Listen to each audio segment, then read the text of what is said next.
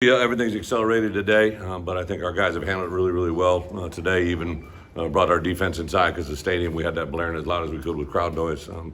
Obviously, a sellout over there. I know they're excited about it. Got their everything from their uniforms to their fan base. Everybody's been making a big deal about this game. Good part is we had to be a part of it, right? So to have a chance to fly over there and play a really good football team, I think our guys are excited. They got good players on both sides of the ball, and it's a kicking game. So from a health standpoint, Matt Bailey's been back with us. He won't be able to play this week, but he'll be back with us, I think, next week. Other than that, everybody came back. T Strain's been cleared. Practice today from a protocol standpoint there. Isaiah Adams practiced today. Really, that's about it. I don't think there's anybody else in there that have questions, so we should be pretty good. We're going to bring along a couple new faces. Some of the freshmen we've been, especially in the back end between with Sabor, Caleb Patterson, Prince Ford. There's been about 4 or 5 DBs, young DBs that we're kind of rotating through, so we might roll through those a little bit. Other than it should be that the same 74 that were with us last Saturday. With that, open up for questions. Might be a stupid question. Yeah. Even though we can't play, will Matt make the trip? No, just because the roster spots are so valuable. But I will tell you, like game day wise and practice wise, everybody's checking with him, and there's some things we can do rehab wise with him here that wouldn't be the same accessibility that he has there. So if he hadn't played last year so much or been involved, I'd think about taking him on this just to get the continuity of traveling. But yeah, he's looked great. The Friday games, you've got 1 of 2 this year. Yeah. Just your take on the whole thing. You know, I think maybe 15, 10, you know, this is my 15th year as a head coach, but it's been about 18, 20 years. 2006, I guess, is my first head coaching year. I used to get a lot more wrapped up in 11 o'clock, 2 o'clock, night game, Friday, Thursday, Saturday. What I've learned, our kids, because I think of the morning practices, they learn to adjust and practice to anything. You know, I know they had that game last week originally scheduled for a Thursday game. We made them move that to Friday, so they had one more day on us prep wise. But I think our guys, you know, we really didn't lose a day. We took Monday out of the equation, so we've had the exact same number of prep days. And high school football conflict there, I know that's always been Oh a yeah, concern. I'm a purist, right? A little bit of a traditionalist, so that's part of it. But again, I think the Big Ten X number of years ago, I literally think I remember the first Friday night Big Ten football game was at Minnesota because there was a conflict in the World Series or something with the playoffs, and the Twins had to play on Saturday, so the Gophers played on a Friday. I remember a big deal about that.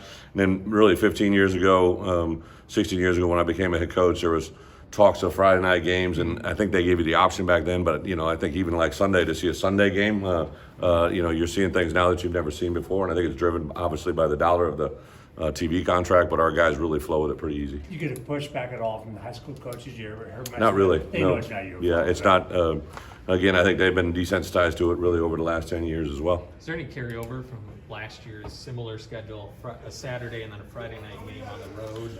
Yeah. And that was a close game? Literally, you know, as soon as we scheduled this game on a Friday night, we, you know, immediately drew the comparison to Indiana, so that's kind of been a challenge for our returning guys. But again, we got so many guys that are new faces.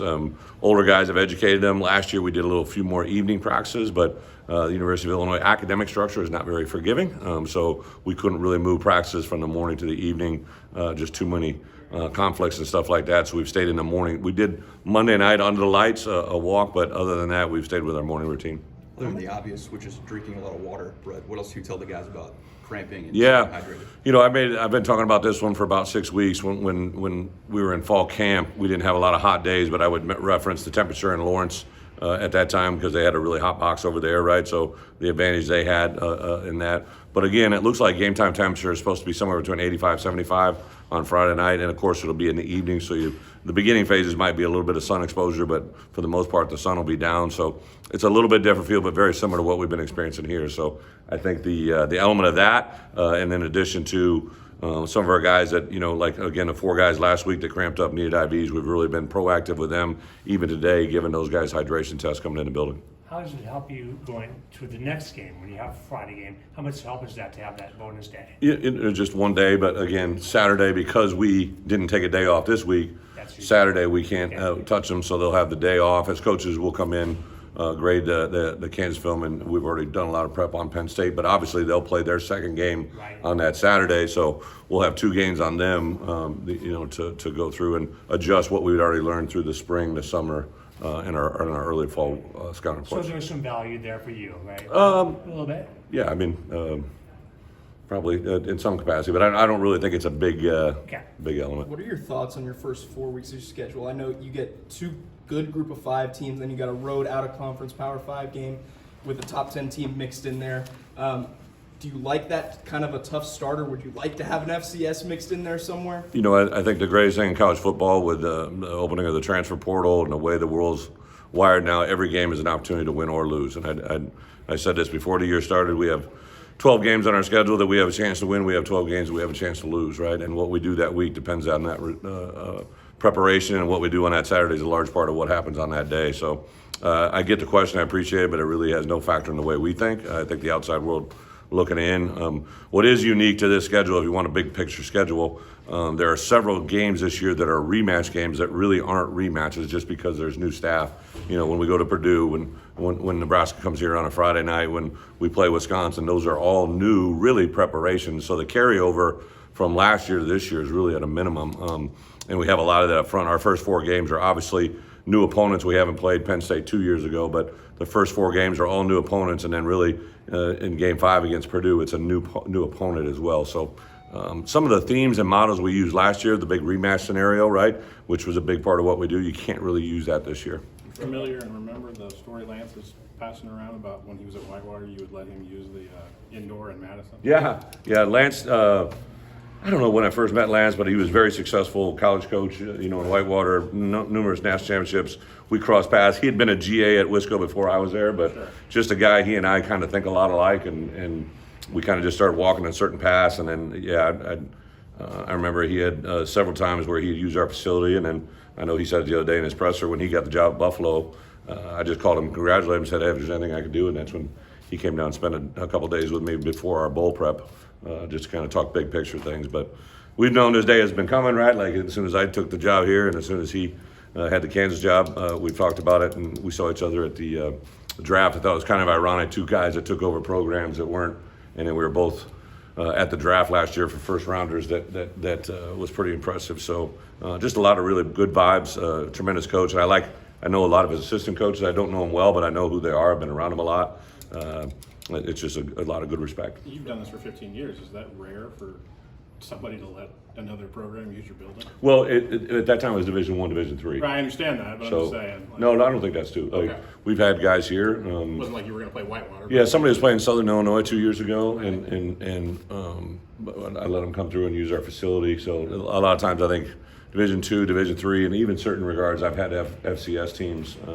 You know, they're just trying to me, it just, you know, especially in today's portal world, never know who you might get one from. You know, so like I think a lot of that is also campus policy. Like I remember we had to go, when I first came here, somebody asked me to do it, and we had to go administration, and we had to go through a couple things just to make sure we checked the box. Your running back rotation, just Yeah. the opener was Josh and Yeah. Reggie. I mean, did Caden and Aiden, do they factor in this Oh, week? absolutely. We wanted to get him in last week, just kind of the way, you know, the ball, you know, flowed, right? The flow of the game. We had every intention of Aiden and Caden both getting in the game, and this week I think even more so, right? But last week, Josh and Reggie, I think it was 12 and 13, if I'm not mistaken, on number of carries. So we really wanted to get them going, just to make sure we could kind of get that established. I think that's happened, but now there's also some very specific, unique things we can get Aiden and Caden Fagan in the game. Obviously, Caleb's kid gets a lot of attention. Yeah. What do you think of the full picture of Robbie's first games? I was walking off the field and I said, oh, first special teams coordinator, get a walk-off field goal.